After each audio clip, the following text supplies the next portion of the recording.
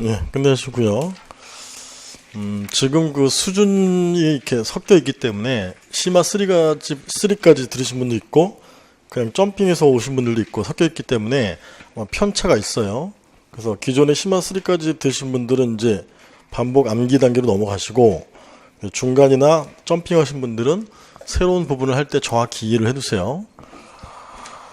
그렇게 하고 절대 문제는 미리 풀어오지 마세요. 같이 풀면서 문제풀이의 목적은 그 피드백이니까 자기가 약점이 되는 부분을 정확히 집에 가서 다시 복습하시면서 제가 틀린 부분은 정확히 이해를 하시는 게 핵심이에요.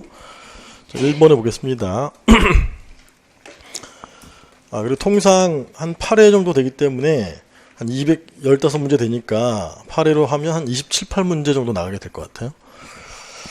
다음 주 형식적 의미의 행정으로 볼 수 없는 것은, 이거는 이제 입법, 행정, 사법으로 나눌 때 입법기관 의회의 작용이냐, 그 다음에 행정부의 작용이냐, 대통령 등의 작용이냐, 법원의 작용이냐, 이렇게 기관별로 구별하는 게 형식적 의미의 입법, 행정, 사법이고, 그다음에 내용별로 구별하는 게 실질이죠. 법령의 제정 작용이냐, 법령의 집행 작용이냐, 그 집행이 위법해서 통제하는 작용이냐, 내용별로 구별하는 게 실질적 의미의 입법, 행정, 사법이에요. 대표적인 게 그 박스 사례 보시면 밑줄 친 부분, 대통령령 총리령 제정 3분의 2 시험에 대통령령 총리령은 행정 입법이니까 실질로 보면 입법이지만 형식으로 보면 대통령이나 총리가 제정하는 것이니까 행정기관이 제정해서 형식상으로는 왼편의 행정이고 실질은 입법이다. 행정심판위원회 재결, 행정심판위원회 행정기관이죠. 따라서 형식은 행정이지만 얘는 이제 위법인지 적법인지 판단하는 법 판단 작용으로서 실질은 사법에 해당하는 것이죠.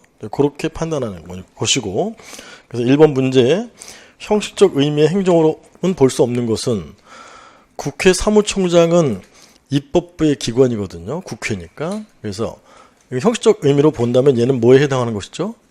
입법이죠, 입법. 실질적으로 볼 때는 행정으로 볼 수가 있고요. 나머지 부분들은 설명을 했고 넘어가시고, 그 다음에 2페이지에 2번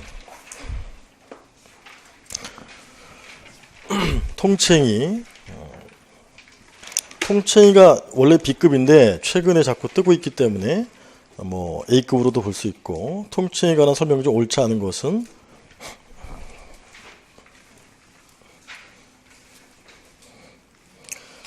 고도의 정치적 행위로서 권력 분립을 근거로 또는 사법부 자제설의 입장에서 법원에 의해서 해결하지 않은 행위를 통칭이라고 하고 정치적으로 해결해야 된다. 그래서 입법부의 국회의원 제명, 국회에서 자율적으로 해결해야 하는 통칭에 해당하고, 이제 행정부의 각 대통령별로 박정희 정권 시절의 계엄 선포 행위, 그 다음에 전두환 정권 시절의 비상계엄 확대 행위,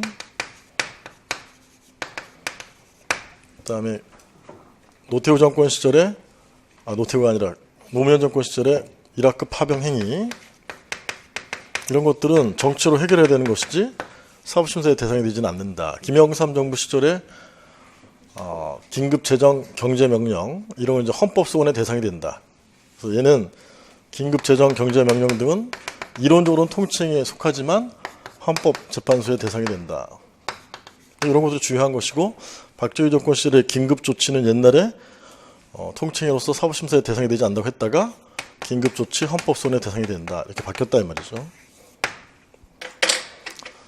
근데 주의할 점은 이 비상계엄 확대 행위가 국헌문란 반란죄에 해당한지 여부, 전두환 정권 시절에 사법심사의 대상이 되고, 그 다음에 남북 정상회담 개최 자체는 통칭이지만 대북의 송금한 행위, 그게 국가보안법 위반이냐 사법심사의 대상이 된다. 이런 것들 주의하셔야 되는 거죠.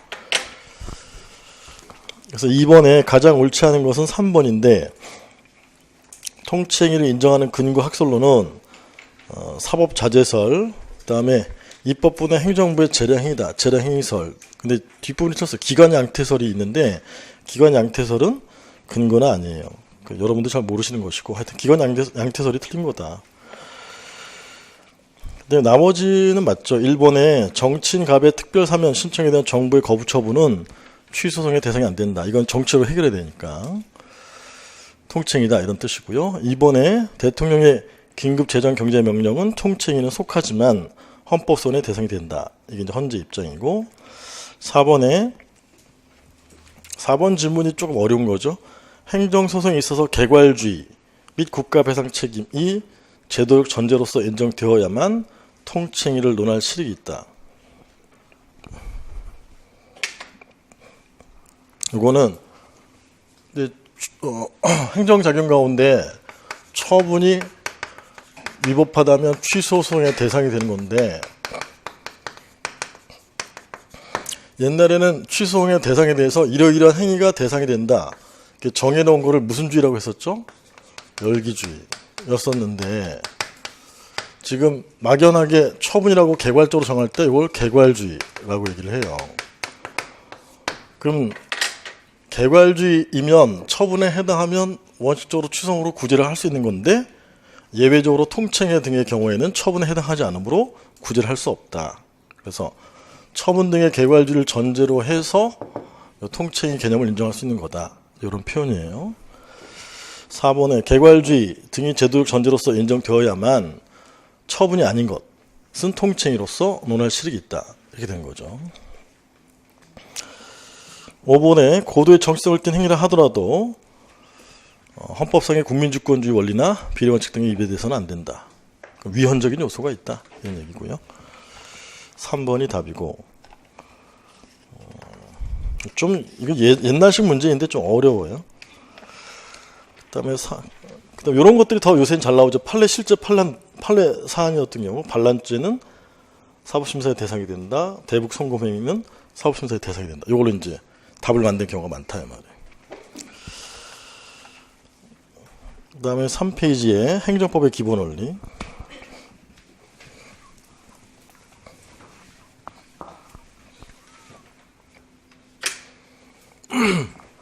행정법의 기본 원리에서 이제 법치 행정의 원칙이죠.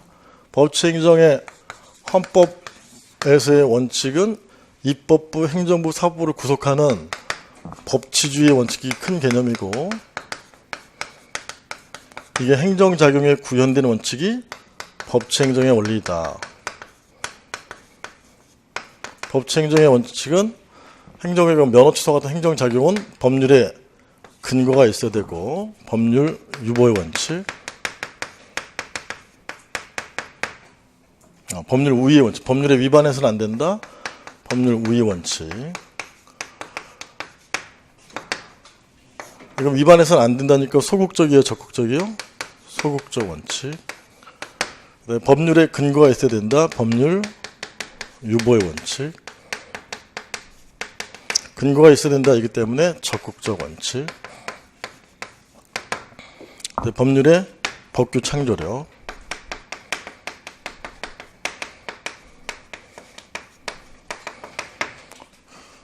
법률만이 국민의 권익에 관한 사항인 법규상을 창조할 수 있다. 다만 예외적으로 행정부에 위임을 해서 행정부에서 법규를 만들 수 있는 행정부의 법인데 그게 법규 명령이다. 법규 명령은 다시 두 가지가 있죠. 뭐가 있죠? 위임 명령과 집행 명령. 특히 이제 위임 명령의 경우에는 면허 취소를 할 때 법률에서 어떠한 요건에 해당하면, 즉 음주운전을 하면 음주운전이 뭔지 이해가 가능해야 되고 면허 취소나 면허 정지할 수 있는데 행자부에서 정하는 기준에 따라서 면허 취소나 면허 정지가 뭔지 알 수 있어야 되고 그 다음에 1년 이내 범위 내에서 면허 정지할 수 있다. 어떤 처분을 하는지 알 수 있다. 그래서 법률에서 구체적으로 내용을 정한 다음에 위임을 해야 된다. 그래서 무슨 위임이냐면 구체적 위임의 원칙.